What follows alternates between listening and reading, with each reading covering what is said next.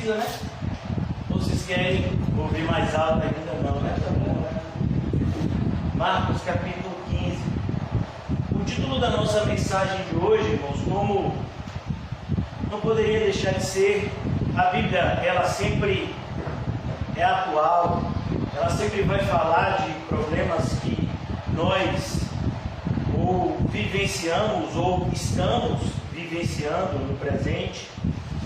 E hoje o título da nossa mensagem é uma reflexão a respeito dessa passagem de Marcos 15, que trata do julgamento de Jesus diante agora de Pilatos, uma vez que ele já tinha sido apresentado diante das autoridades judaicas, ele agora está sendo apresentado diante da autoridade romana que dominava a região da Palestina na época de Jesus.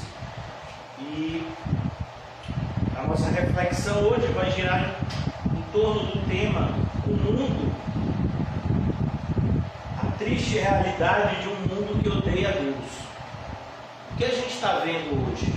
A gente estava conversando aqui antes de iniciar a transmissão do culto, antes de iniciar o culto, a gente estava conversando sobre como, apesar de todas essas imposições, né, estatais acerca das restrições de locomoção, restrições de abertura, né, comércio, e a gente vê que a grande maioria das pessoas está usando isso para se divertir, para fazer outras coisas, como se o que a gente estivesse vivendo fosse uma banalidade.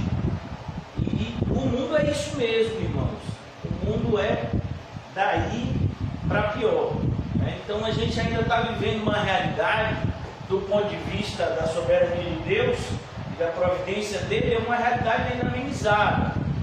Agora eu convido os irmãos, todos vocês que são cristãos, eu quero que vocês pensem no cristianismo de maneira universal.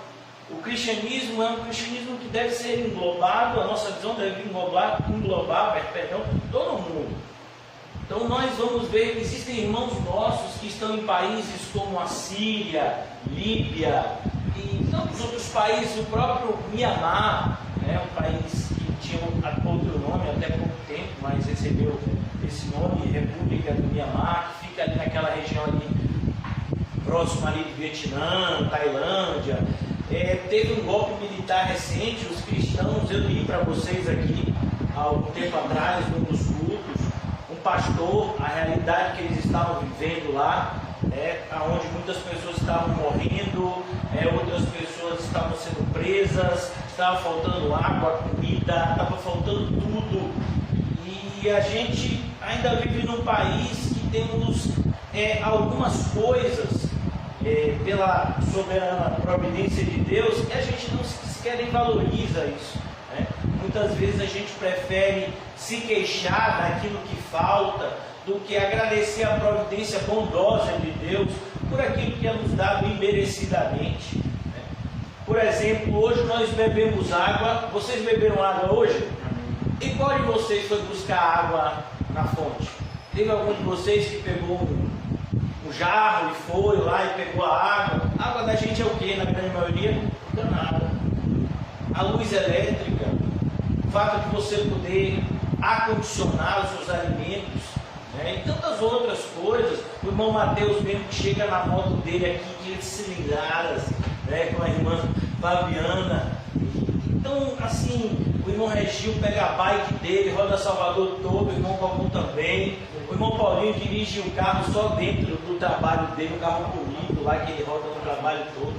Tudo isso é a providência de Deus, irmãos. Mas isso não significa que essas coisas que a gente tem recebido hoje não possam ser tiradas da gente amanhã. E isso não vai ser nenhuma penalidade.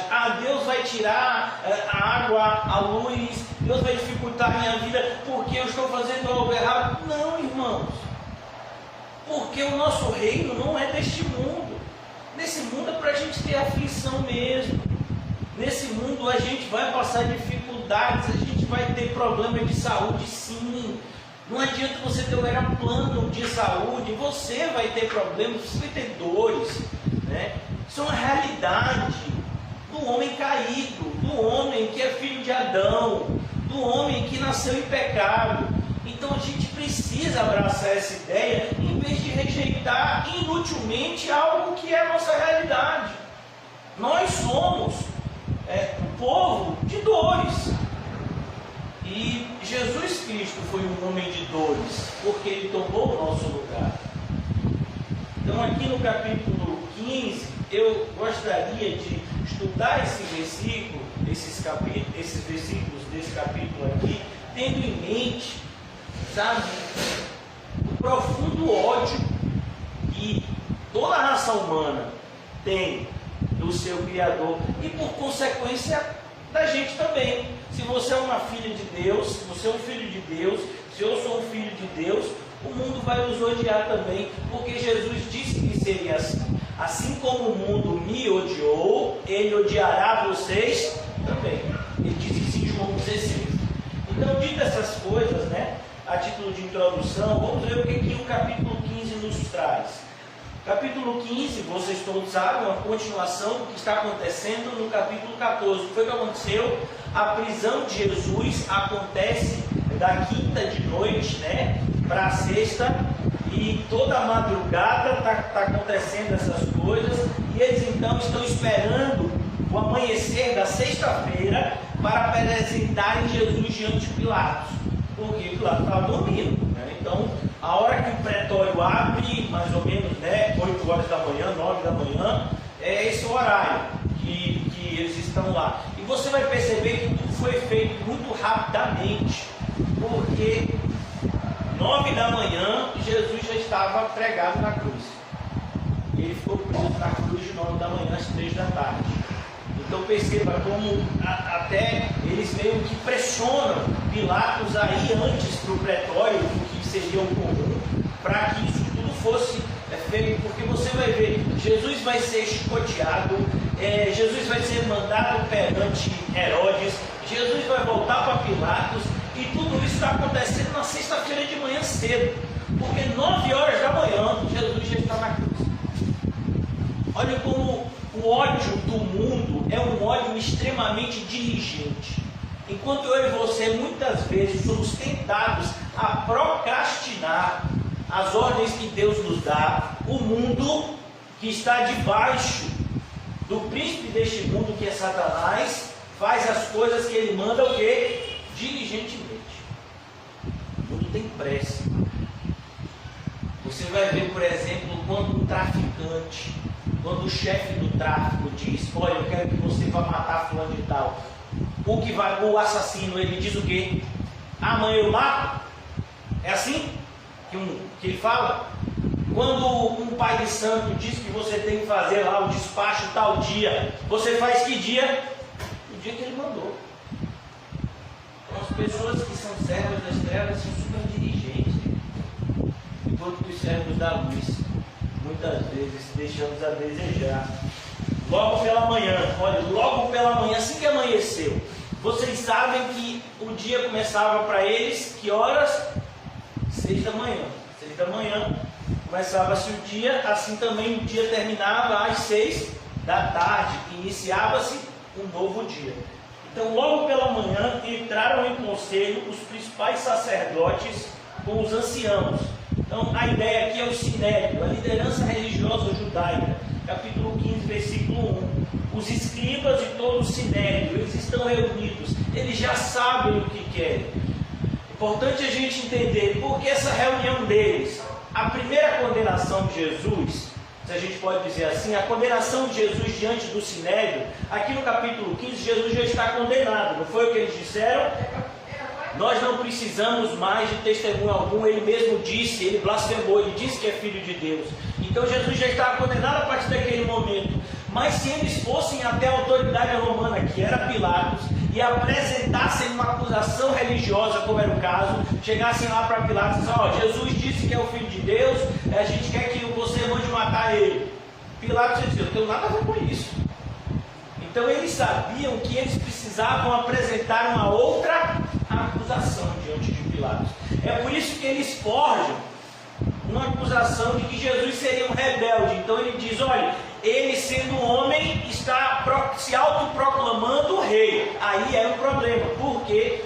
Porque Pilatos, ele tinha sido colocado lá naquela região, como governador daquela região, uma ordem bem explícita de que não deixasse nenhuma rebelião acontecer. E a rebelião era algo que acontecia de maneira sistemática, porque existiam muitos judeus que não aceitavam o governo de Roma. Eram chamados, existiam os sicários, existiam os zelotes, eram pessoas que não aceitavam as imposições, o governo de Roma, e constantemente se rebelavam a Roma.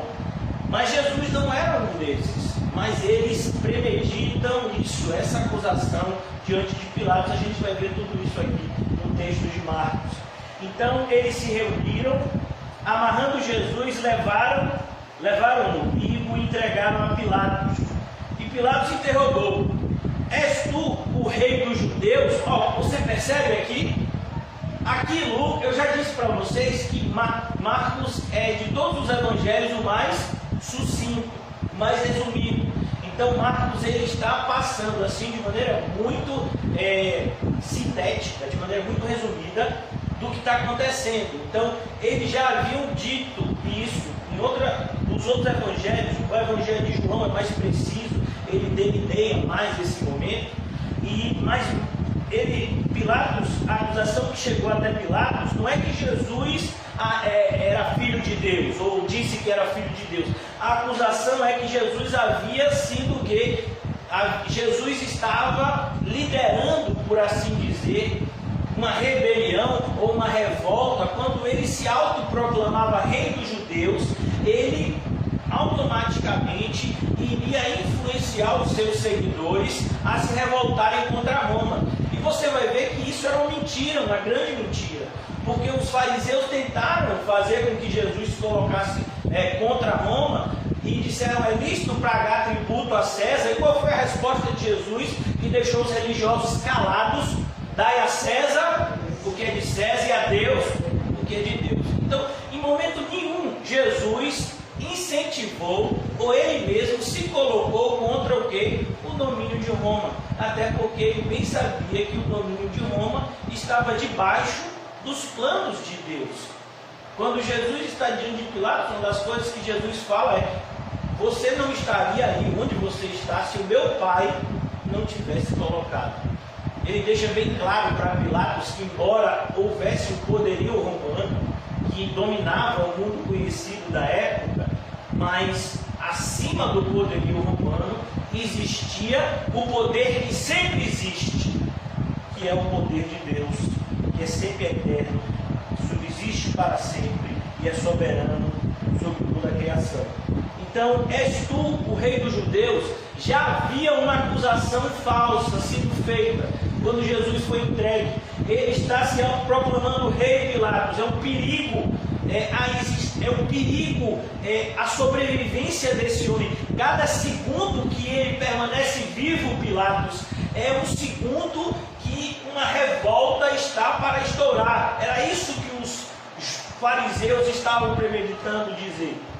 Respondeu Jesus: tu dizes. Esse tipo de resposta, talvez esse tipo de linguagem, para mim, para você, não seja uma linguagem muito comum. Então fica parecendo que Jesus está dizendo assim: ó Pilatos, é você que está falando, eu não disse nada, né? É como se Jesus estivesse esquivando. No português pode parecer isso, mas na linguagem original, o que Jesus responde é: sim, eu sou. Então essa é uma forma de Jesus dizer: eu sou sim, eu sou rei. Mas Jesus vai deixar bem claro que o reino dele não é desta terra. Então os principais sacerdotes o acusavam de muitas coisas. Tornou Pilatos a interrogá-lo. Pilatos estava interrogando Jesus. Nada respondes, vê quantas acusações te fazem. Então eles acusavam Jesus de todo tipo de mentira, querendo colocar Jesus contra César, contra o Império Romano. Nada respondes, vê quantas acusações te fazem. E Jesus, porém, não respondeu palavra, a ponto de Pilatos muito se admirar. Por que Jesus não responde palavras a Pilatos? Porque Jesus, ele sabia que não adiantava responder. E ele sabia muito bem que aquilo que estava acontecendo, na verdade, fazia parte do projeto de Deus. E duas coisas extremamente interessantes, que talvez você não tenha percebido. Mas se você pegar todos os outros evangelhos que tratam desse assunto, né, e colocar como que uma fotografia só, você vai ver Mateus 27, Lucas 23, João 18 e 19, você vai ver que Pilatos já sabia que Jesus era inocente. Pilatos já sabia disso. Então Jesus não precisava se defender diante de uma pessoa que já sabia da sua inocência. Então Pilatos ele vai condenar Jesus por pura covardia, porque ele estava convicto de que Jesus era inocente e de que todas aquelas acusações que os judeus estavam fazendo contra Jesus eram falsas, e eles estavam fazendo aquilo por inveja. Então, diante de uma pessoa, irmãos, que já sabe aquilo que ela crê, não adianta a gente dizer mais nada. É como, por exemplo, vamos imaginar uma realidade que a gente até já presenciou bem de perto. Vamos imaginar que uma pessoa saiu da congregação, saiu da comunidade. E aí você vai conversar com essa pessoa, e essa pessoa, olha, eu sei que lá prega a verdade, mas eu não me sinto bem lá e eu não quero mais voltar lá. Eu estou em uma igreja que eu sei que prega mentira, mas eu me sinto bem lá. Diante de uma pessoa que te diz isso, você vai falar o quê? O que você vai falar para essa pessoa? Aí essa pessoa diz, mas você, Mateus, não vai me dizer nada? Você não vai tentar me convencer a voltar? Se você já sabe que lá prega a verdade e não quer a verdade, se você já sabe que o lugar que você está prega mentira e você diz que se sente bem lá, o que eu vou falar para você? Então essa é a circunstância, irmãos. Diante de pessoas que estão convencidas daquilo que creem, não adianta a argumentação. Spurgeon, ele tinha uma frase que ele dizia o seguinte: se eu convencer as pessoas a seguirem a Cristo, vem outra pessoa e convence melhor do que eu a deixar de segui-lo. Então não sou eu que vou convencer você. Agora, se você já tem a sua convicção daquilo que é certo e você vai contra a sua própria consciência, o próprio Lutero disse, é muito arriscado ao homem se colocar contra a sua consciência. Lutero disse isso no seu julgamento, que ficou conhecido na história como a Dieta de Worms. Lutero foi chamado pelas autoridades católicas e pelas autoridades lá do rei da época, pegaram todos os livros de Lutero e queriam que Lutero negasse aquilo que ele havia escrito contra as heresias católicas. E Lutero, ele disse diante dos seus julgadores, que estavam lá, ele disse, olha, se vocês me provarem biblicamente que o que eu falei está errado, eu não tenho nenhum problema, eu desdigo tudo que eu disse. Agora, se biblicamente vocês não me provarem, eu não posso negar o que eu falei, porque a minha consciência está amarrada às Escrituras. E não é bom ao homem se colocar contra a sua consciência. Quantas pessoas você conhece? Eu conheço, que sabem que estão no lugar errado, que não concordam com aquilo que está acontecendo lá, mas ainda assim, convenientemente, permanecem lá. Isso é ir contra a sua consciência. Isso é perigoso. Por isso que Jesus, você vai ver que em determinados momentos Jesus fala, em outros momentos Jesus se mantém em silêncio. Porque uma coisa que Jesus nos ensinou e ele praticava, porque tudo aquilo que Jesus nos ensinou, ele praticava. Ele disse, não dê pérolas aos porcos e nem as coisas santas aos cães. Então Jesus fazia exatamente aquilo que ele ensinava. Que isso sirva de exemplo para nós. Uma vez que conhecemos o verdadeiro Evangelho, agora é a nossa obrigação vivê-lo, praticá-lo. Então aqui, no versículo de número 4, Pilatos torna de novo a interrogar Jesus. Nada respondes, vê quantas acusações fazem. Versículo 5. Jesus, porém, não respondeu palavra, a ponto de Pilatos muito se admirar. Então Pilatos ficou admirado, porque uma pessoa que estava prestes a ser condenada condenada de morte, ele falava todo tipo de coisa. Não, eu não fiz isso, não é assim, não foi desse jeito. Ainda mais se a pessoa tivesse certo. Mas Jesus fica calado. E Pilatos sabia que Jesus era inocente. Esse é o X da questão. Olha que coisa assustadora. Existem muitas pessoas, olha irmãos, quando nós vamos para o mundo, evangelizar o mundo, a gente se depara com várias circunstâncias. Então a gente se depara com pessoas que têm um ódio aberto ao cristianismo bíblico, mas a gente se depara também com pessoas que têm até uma afeição pelo cristianismo correto, mas elas não têm coragem de se colocarem do seu lado, do lado de Cristo. Por quê? Porque elas sabem que se ela tomar essa atitude, ela vai ter que deixar de fazer as coisas erradas que ela faz e gosta de fazer. Então, aqui no versículo 6, ora, por ocasião da festa, era costume soltar ao povo um dos presos. Que festa era essa? A festa da Páscoa. Então, como um ato, de bondade, por assim dizer, aparente dos romanos para com os judeus, nessa festividade, que era a principal festa dos judeus, os romanos tinham como costume soltar um prisioneiro para mostrar boa vontade para com o povo dominado, que eram os judeus, qualquer que lhe pedisse. Versículo 7, havia um chamado Barrabás. E olha que coisa interessante. Vocês acham que tem coincidência na Bíblia? Não existe coincidência na Bíblia. O que existe é um Deus que pré-ordenou todos os acontecimentos da história antes que Adão e Eva fossem criados, antes que o universo fosse feito. Então, Barrabás, sabe o que significa esse nome? Filho do Pai.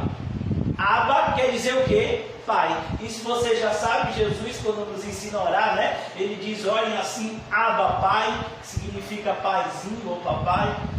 E Bar significa filho. Se lembra quando Jesus fala Simão Bar Jonas, que quer dizer Simão, filho de Jonas. Então Barrabás é a junção desses dois nomes em hebraico, Bar, filho, e Abba, pai. Então o nome de Barrabás significa filho do pai. Jesus estava trocando de lugar com quem? Com quem era filho do pai. Você percebeu que Jesus não morreu por todos? Jesus morreu por aqueles que são filhos do Pai, por aqueles que foram comprados desde antes da fundação do mundo. E a partir do momento dessa negociação santa, foi escrito no livro da vida o nome daqueles que o sangue do Cordeiro selou. Que coisa linda, né? A gente enxergar a Bíblia, essa harmonia preciosa da Bíblia em todos os seus escritos. Havia um chamado Barrabás, preso com amotinadores. Então sim, Barrabás é que era um rebelde, Barrabás era um revoltoso, e ele já havia assassinado, ele era um assassino conhecido, os quais em um tumulto havia cometido homicídio. Então num tumulto Barrabás havia cometido homicídio, Barrabás era culpado do crime que ele estava condenado, mas ele é solto. E aquele que é inocente é culpado. Olha que coisa. Essa foi a negociação que aconteceu na cruz. E muitos cristãos que hoje se dizem cristãos não enxergam isso. É o que a gente chama de substituição divina. Deus colocou os nossos pecados na cruz de Cristo, de maneira que a justiça de Cristo na cruz recaiu sobre nós. É por isso que John Bunyan, que conheceu a Bíblia como poucos conheceram aqui na Terra, ele coloca esse momento tão especial na vida de um cristão. É o momento em que o cristão olha para Cristo na cruz e ele percebe que na cruz de Cristo, Cristo levou sobre si todos os nossos pecados. E aí os fardos de cristão caem automaticamente naquele momento. É nesse momento, irmãos, que você percebe que houve essa transação. Os pecados que eu e você cometemos durante toda a nossa vida foram pagos por Cristo naquela cruz. E não é só isso, porque se fosse só até aí, o que aconteceria? A gente não deve mais nada. Sim, mas e agora? A gente está no zero. E como é que a gente entra no céu? Se lá no céu só entram pessoas boas, a justiça de Cristo recaiu sobre nós. Então, não foi só a nossa maldade, o nosso pecado que caiu em Cristo, mas foi a justiça de Cristo que veio até nós. É por isso que Deus olha para você e para mim, e apesar de todo o pecado que ainda existe em nós, Ele nos enxerga como uma pessoa santa. Nós somos santos, não porque o Vaticano decidiu nos beatificar, ou nos santificar por meio de um processo católico romano. Não, irmãos, nós somos santos porque fomos aspergidos pelo sangue do Cordeiro. Aquele que não tinha pecado, Ele levou o nosso pecado e a justiça dele recaiu sobre nós. É assim que todos nós somos justificados pela fé, justificados pela graça mediante a fé. E isso não vem de vós, é um dom de Deus. É o que Paulo coloca em Efésios capítulo 2. Então aqui, versículo de número 8: vindo a multidão, começou a pedir que lhes fizesse como de costume. E Pilatos lhe respondeu: quereis que eu vos solte o rei dos judeus? Olha que coisa. Pilatos disse: vocês querem que eu solte o rei de vocês? E de fato Jesus era rei deles. Jesus era da descendência de Davi. Jesus de fato é o descendente de Davi, que vai reinar e que reina perpetuamente sobre o povo. Jesus, ele é o descendente de Abraão, que abençoaria todas as nações da terra. Jesus é o filho, ele é o descendente da mulher que pisa na cabeça da serpente. Todas essas promessas se cumprem na pessoa de Cristo. Mas olhe qual é a vontade do mundo. Por isso que a gente tem que tomar cuidado. O coração do homem natural odeia Deus.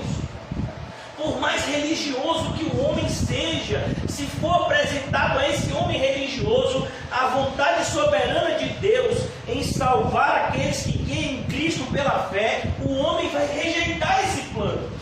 Porque no plano de salvação de Deus não há lugar para a glória do homem.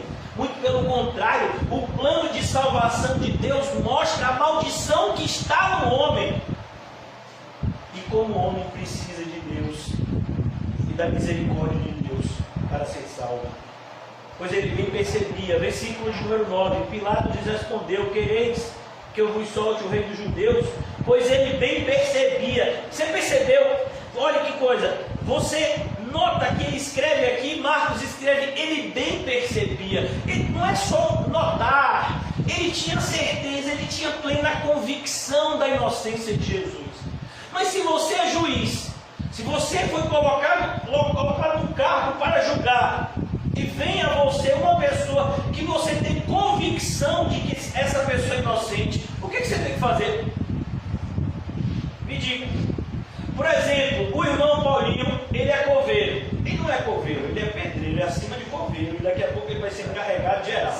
Mas vamos imaginar a função básica dele, né? Coveiro. Então, se Paulinho, vamos você enterrar alguém, a pessoa tem que estar morta, não é isso mesmo? Vamos imaginar que Paulinho está indo enterrar alguém e ele ouve de dentro do caixão: me tire daqui! Me tire daqui! Meu irmão Paulinho, sinceramente, você enterra? Não, Paulinho não vai enterrar. O que o Paulinho vai fazer? Ele vai correr, vai ligar para o irmão José e depois vai ligar para o encarregado e vai dizer: ó, meu senhor, o senhor não sabe o que aconteceu aqui, o negócio penou. O que você dizendo que estava morto não estava, teve um milagre aqui, eu não sei dizer o que foi que aconteceu, está vivo, bateu do lado de dentro, eu ainda não abri o caixão que eu estou com medo, mas eu vou abrir. Então, irmãos, para que uma pessoa seja enterrada, ela tem que estar o quê? Morta. Para que uma pessoa seja condenada, é necessário que haja o quê? Provas que ela cometeu aquele delito. Agora, o que está acontecendo aqui é o contrário. Existem provas que ela não cometeu o delito. Então, Pilatos, que é o juiz aqui, ele tinha certeza que Jesus era inocente. Então, tem pessoas muitas vezes que têm certeza que o que a gente está fazendo aqui é correto, mas ainda assim elas não se levantam a favor da igreja bíblica e do evangelismo bíblico? Elas ficam o quê? Neutras. Não quero acreditar, porque nessa questão assim de religião, sabe, cada um tem a sua. Meu filho, deixa eu lhe dizer uma coisa muito honesta. Cada um tem a sua religião, mas a verdade é uma só. 2 mais 2 é 4. Pode ser que 2 mais 2 seja 5. Pode ser que 2 mais 2 seja 3. Meu filho, verdade é verdade. Se eu deixar essa caneta aqui, o que vai acontecer com ela? Ela vai cair ou ela vai ficar parada? O que vocês acham? Se ela ficar parada, o monte vai correr. Ó, ela vai cair, porque existe uma lei chamada gravidade. Se você estiver no 10º andar de um prédio e você resolver que você voa, né? O que vai acontecer com você, irmão Paulo? Né? Então, existem determinadas coisas que são absolutas, irmãos. A gente vive num mundo que quer relativizar tudo, principalmente aquilo que não deve ser relativizado, que é a fé. A fé é absoluta. A fé é a firme convicção daquilo que você crê, é a certeza que você espera, daquilo que você espera. Então você não pode relativizar. Não existem dúvidas na fé, porque fé e dúvidas são opostos. É como se eu dissesse para alguém: meu irmão, você pode sair para fora, por favor? Perdão, você pode sair para dentro ou entrar para fora? Não pode, meu filho. Você pode subir para baixo e descer para cima? Não dá. É a mesma coisa. Eu tenho uma fé que duvida. Meu filho, então o negócio ficou complicado para você, porque a fé não tem dúvida. Você pode dizer: eu tenho uma fé débil, eu tenho uma fé fraca, eu tenho uma fé que muitas vezes é inconstante, pastor. Mas não é que eu duvide de Deus, eu nunca duvidei de Deus. É que muitas vezes eu não sei como é que Deus pode fazer determinadas coisas na minha vida, mas Ele vai fazer, porque Ele disse que faria. Então isso é fé, irmãos. É por isso que a gente tem que tomar muito cuidado quando a gente tiver certeza de algo e se colocar contra isso. Porque a gente está o quê?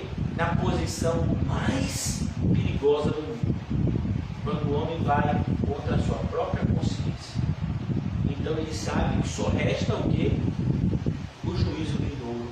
Como está escrito lá no livro de Hebreus. Aqueles que conheceram a verdade se afastam dela.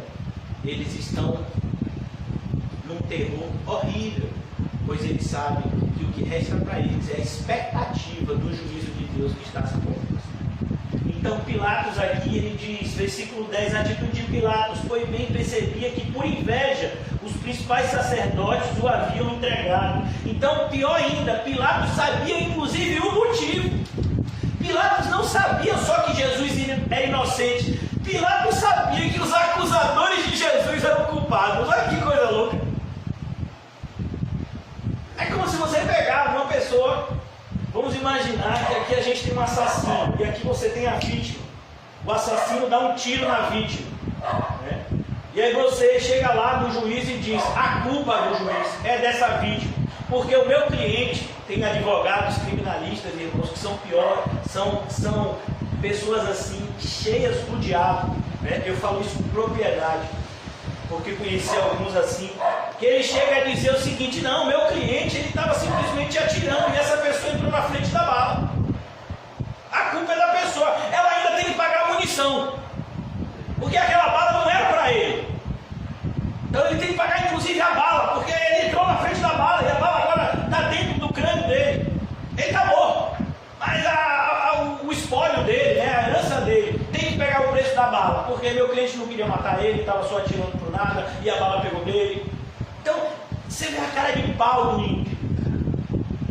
Ele não só acusa o justo, ele defende o injusto. Esse é o mundo que a gente vive. O mundo que a gente vive é esse. Então a gente está vivendo num mundo onde as pessoas que querem aparecer como pessoas que ajudaram durante o Covid, o governador e o prefeito, meu filho, eles são os principais culpados. Querem botar a culpa somente no presidente? Sim, o presidente é culpável, ele teve atitudes completamente reprováveis, mas você acha que a gente chegaria na situação que a gente está hoje cidade e o governador da nossa cidade tivessem tomado atitudes como deveriam ter tomado há tempos atrás. Por exemplo, se na eleição o candidato a prefeito não tivesse feito como fez, inclusive na frente da nossa igreja, carreatas e mais carreatas, com um monte de aglomeração.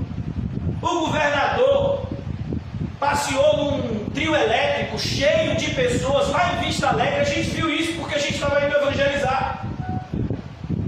Aí agora não, agora a crise, e eles são os salvadores da crise. São nada, eles são culpados. É tudo cara de pau.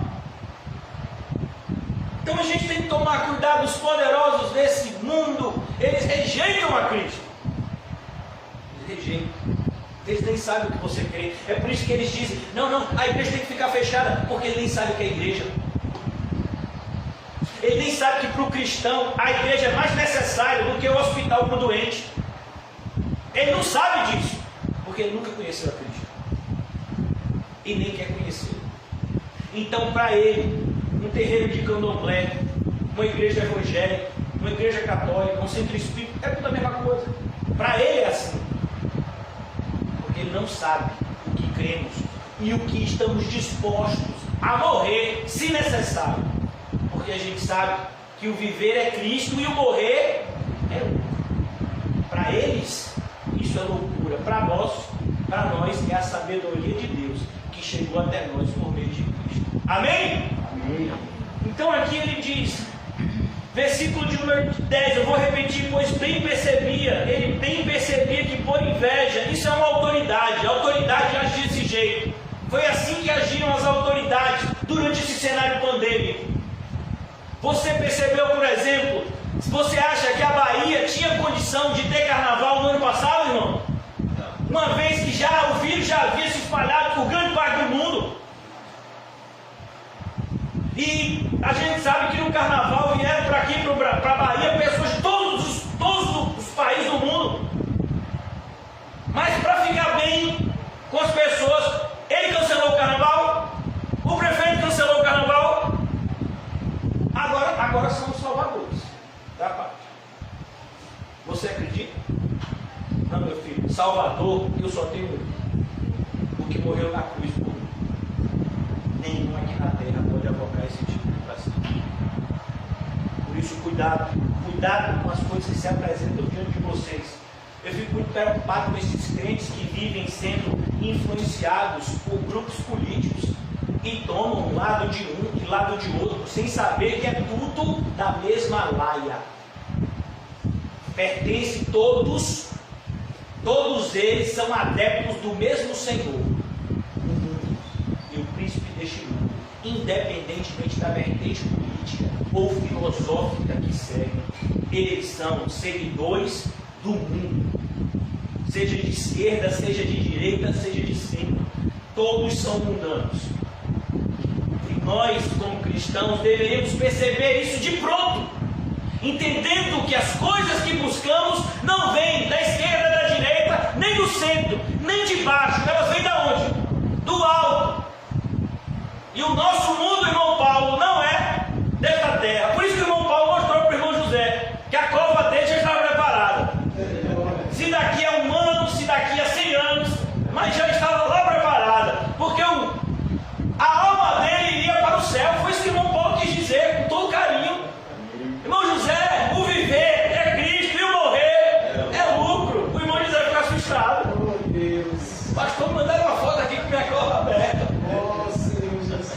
Não, tranquilo. Você vai na hora que tiver de ir e vai para um lugar maravilhoso, aonde o Rei da Glória nos espera.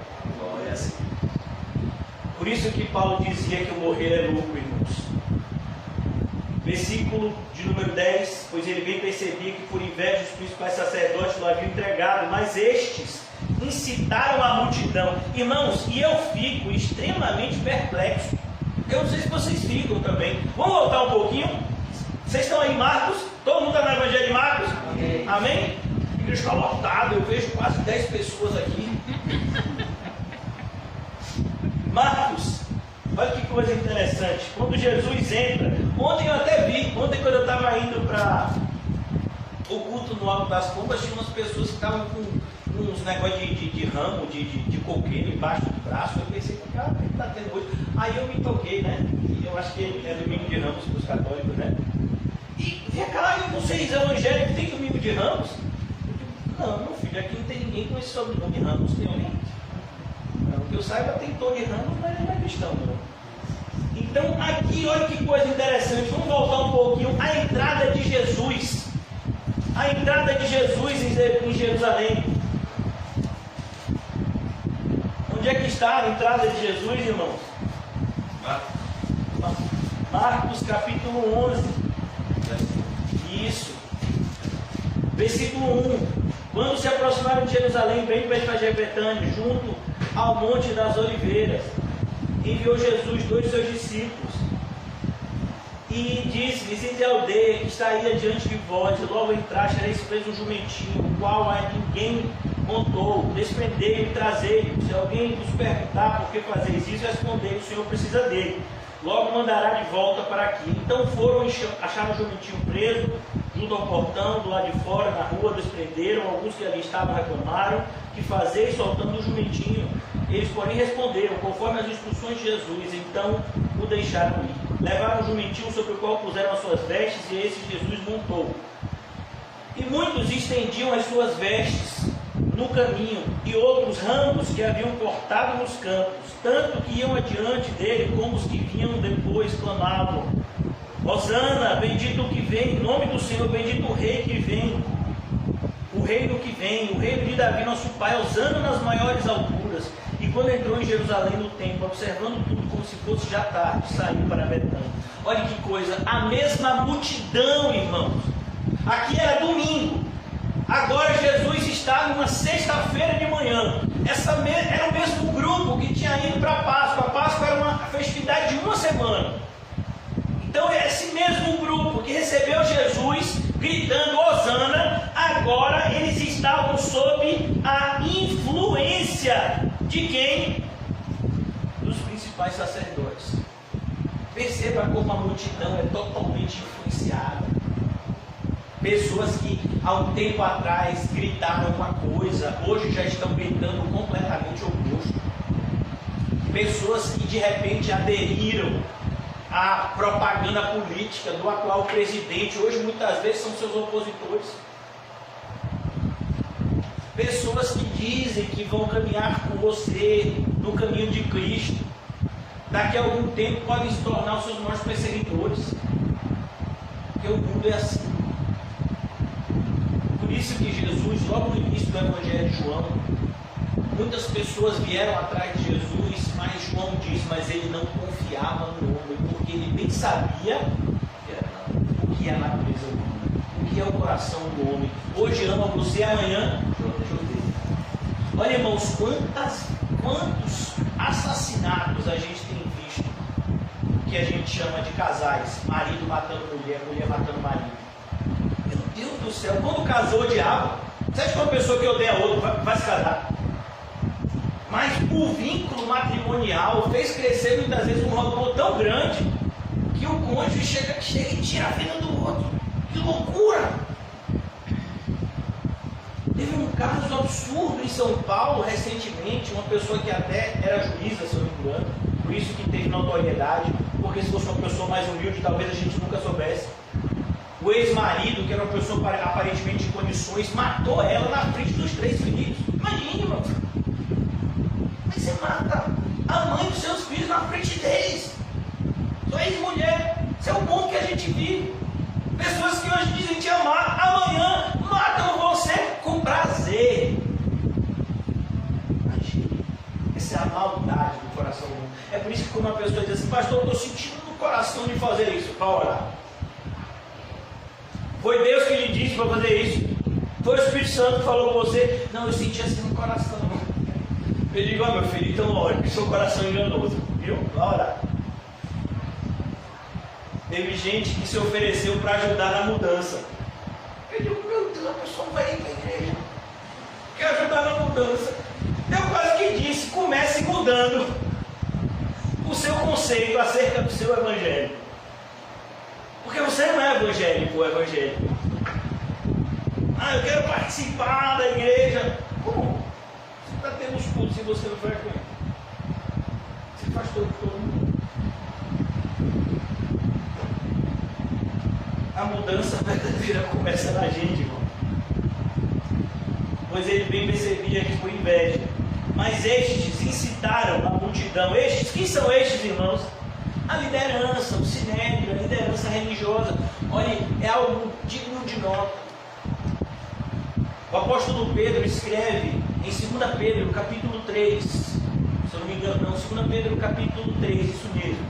Ele diz no começo: assim como no passado surgiram falsos profetas no meio do povo, surgirão no meio da igreja falsos mestres.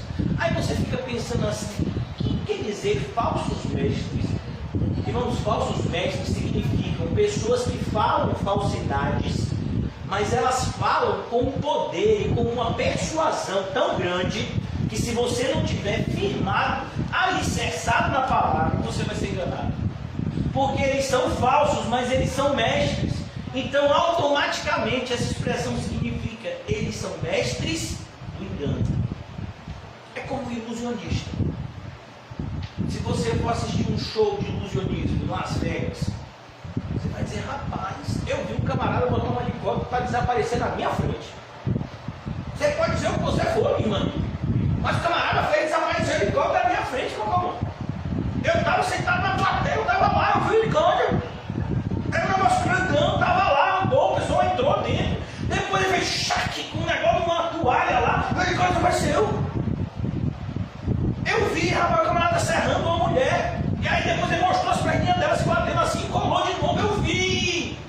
Ninguém me contou, não, eu vi. Vocês já viram isso, não, né?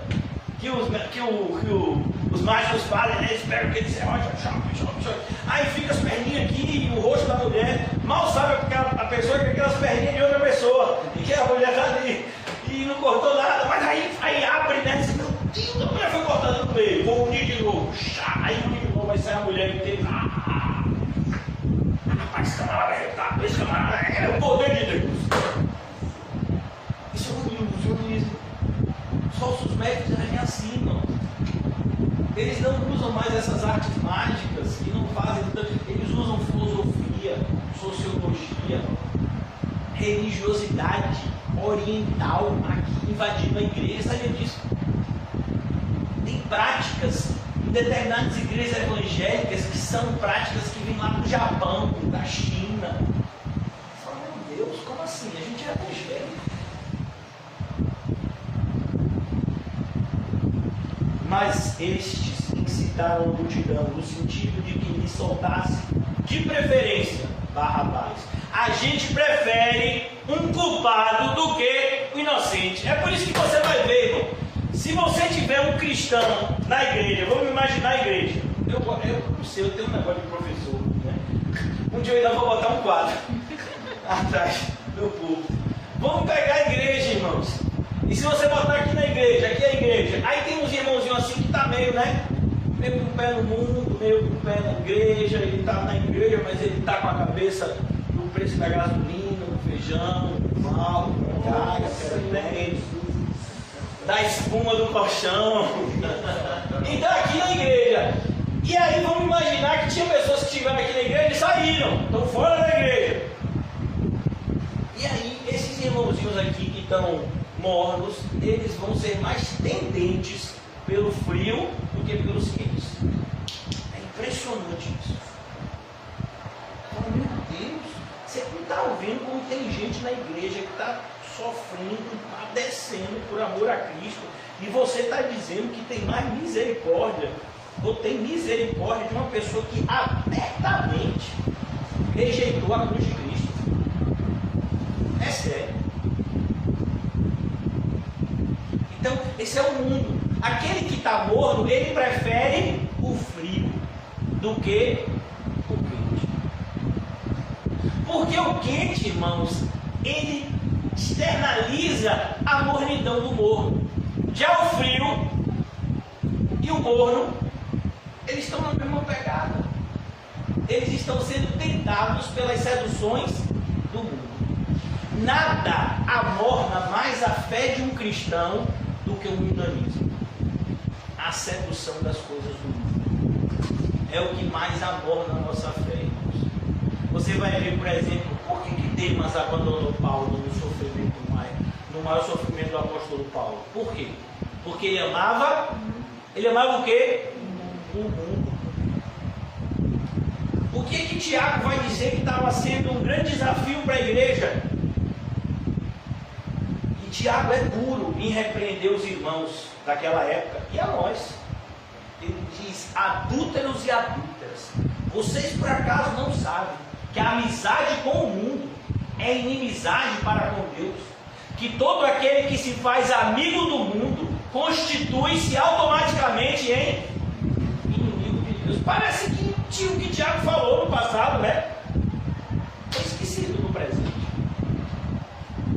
O mundanismo é um inimigo que tem cada vez mais seduzido cristãos com a ideia de que nós podemos ser ao mesmo tempo filhos de Deus e amantes do mundo.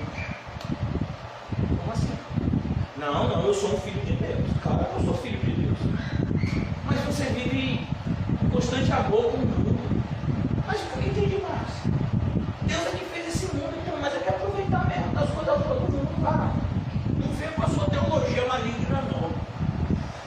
A sua teologia de sofrimento, que não, você vai convencer que Deus, que é o meu Pai, Ele não vai me dar o melhor dessa terra, caviar, rapadura, tudo de bom para mim, mel de abelha vindo de lá de São Felipe.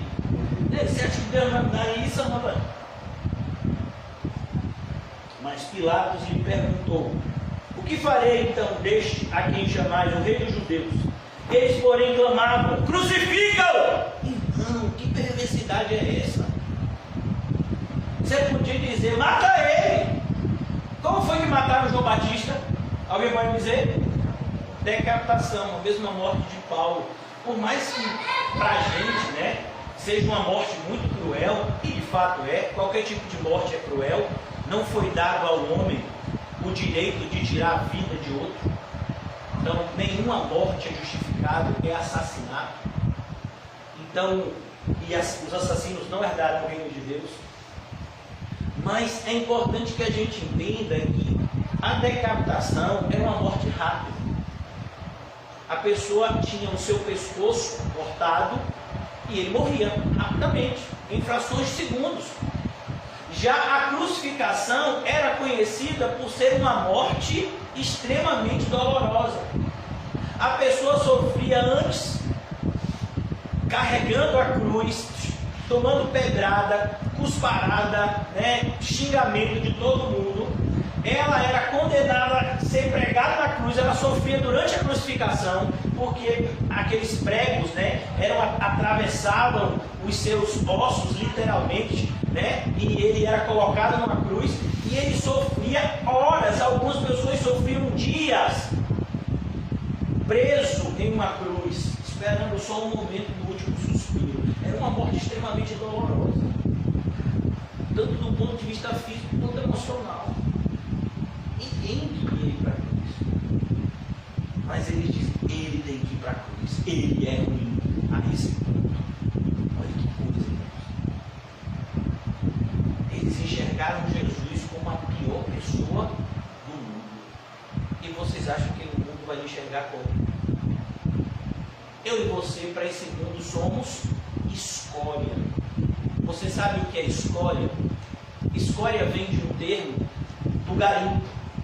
Quando você está garimpando, que você pega uma pedra preciosa, bruta, e você então vai purificar ela, e coloca ela às vezes numa alta temperatura, ou você peneira ela, aquela sujeira que sai da pedra bruta até ficar a pedra somente, né?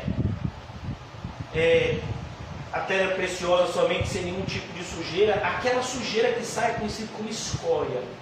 Escória é o dejeto, é o rejeito. Eu e você somos vistos como o quê?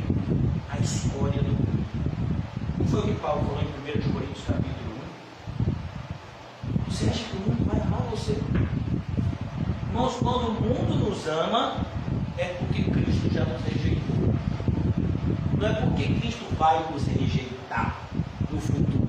Ele já nos rejeitou no presente. Então o mundo nos aplaude.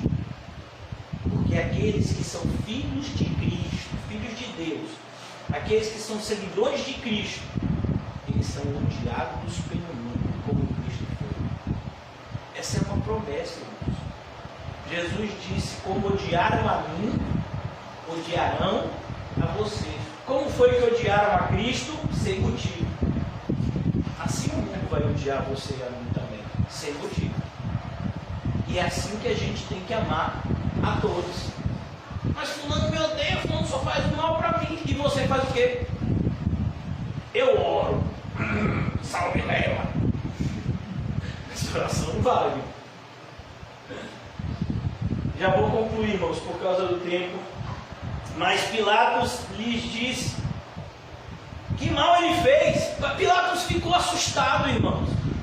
Pilatos ele fica assustado, porque se dissessem, ó, chicoteia Jesus, né, ou manda matar ele de decapitado. Não, mas que Pilatos está assustado. Como essas pessoas tinham ódio por Jesus. Como a inveja corrompeu o coração daquelas pessoas a ponto delas odiarem Jesus nesse nível. Mas Pilatos lhes disse: que mal ele fez? E eles gritavam cada vez mais. Perceba, eles não dizem o que Jesus fez para merecer a cruz. Eles dizem somente o desejo deles de verem Jesus crucificado. O Evangelho nos ensina por que essa rejeição. Porque eles amaram mais as trevas do que a luz. Porque as suas obras eram más. Por que você acha que o mundo odeia a igreja verdadeira? Porque a igreja verdadeira é a luz do mundo. E o mundo se incomoda com qualquer coisa que ilumine e evidencie a sujidade em que o mundo está. Então a gente observa que tudo que está acontecendo com Jesus, de alguma forma, acontece com a igreja dele, até os dias de hoje, até a sua volta. Então Pilatos, querendo contentar a multidão, e esse é o perigo do religioso, esse é o perigo daquele que quer agradar todo mundo, ele vai acabar não agradando ninguém. Então você tem que entender, a gente leu isso ontem, quando estávamos meditando, ontem pela manhã. Lucas 14 diz: todo aquele que vem até Cristo, que deseja ser discípulo de Cristo, necessariamente precisa aprender que vai ter que rejeitar, vai ter que renunciar ao seu pai, à sua mãe, à sua mulher, seus filhos, sua esposa, seu marido, sua própria vida, por amor a Cristo. Senão não pode ser discípulo dele. Mas Pilatos lhes disse que mal ele fez, e eles gritavam: crucificam. Então Pilatos, querendo contentar a multidão, soltou-lhes Barrabás. Pilatos sabia que Barrabás era culpado e que Jesus era inocente. E mesmo assim, ele soltou o culpado e condenou o inocente. Você acha que o mundo vai tratar você diferente? Vamos imaginar que você tem um colega do trabalho e ele faz um monte de coisa errada, e de repente as pessoas colocam a culpa em você. E não é isso que vai acontecer. O cristão é sempre aquele que vai ser prejudicado pelo mundo. Quando é que isso não acontece? Por que nós não somos mais prejudicados do que estamos sendo hoje? Pela soberana providência de Deus. O ímpio tem um ódio mortal contra a gente, mas ele não consegue fazer nada de mal contra eu e contra você, a menos que Deus permita. Mas isso não significa que o ímpio não deseje e não sinta ódio de mim, de você. Eu quero muito prejudicar José. Ele quer prejudicar, mas muitas vezes não consegue. Por quê? Porque Deus não deixa. Eu quero muito que esse tal de Dr. Paulo, que é tratado com o maior carinho pela gerente do banco, eu quero muito que ele seja demitido. Por que ele não é demitido? Porque Deus não deixa. Perceba, só vai acontecer comigo e com você o que Deus permitir. Mas que a gente não se iluda. Ah, sabe, o dono tal, ele me trata tão bem. Ele é ímpio, mas ele me trata tão bem. Eu acho que na verdade ele gosta de mim. É mesmo? Você acha mesmo?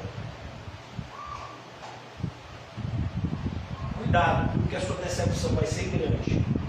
Tão grande quanto o seu erro teológico. Quem não é de Cristo não vai amar aqueles que são de Cristo. A providência de Deus, eu vou repetir isso, faz com que os ímpios não consigam fazer todo o mal que intentam contra os justos. Mas isso não significa que eles não desejam fazer. O que significa que Deus está no controle do mundo inteiro, inclusive segurando a rédea dos ímpios, para que eles não vão além daquilo que Deus mandou. Nós acompanhamos de perto o sofrimento de Jó, quando lemos o livro. Você viu? Não, diabo, Satanás, é só até aqui, viu? A mulher de Jó morreu. Pastor, às vezes eu penso que ela morreu, que Deus deu outra. Que nada, aquela varoa disse que ele morresse. Não, irmão. A mulher de Jó foi convertida.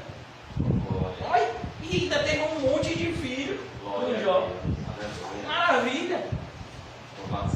Muito melhor do que um novo casamento. Um casamento refeito. Glória a Deus. Aos pés de Cristo. Então aqui a gente percebe que o mal, ele intenta fazer o mal, mas se você é crente, a sua vida está nas mãos de Deus. Amém. O diabo estava por trás desse cenário que externaliza e evidencia o ódio do próprio povo de Cristo contra ele.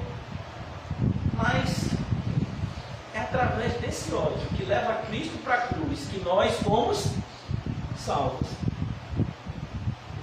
Todas as coisas cooperam para o bem daqueles que amam a Deus, que foram chamados segundo o seu decreto. Se não fosse a cruz, ai de nós. Então eu quero concluir aqui no versículo 15. Então Pilatos, querendo contentar a multidão, por isso você, cuidado, não queira adocicar o evangelho para que os ímpios se sintam à vontade no arraial dos santos.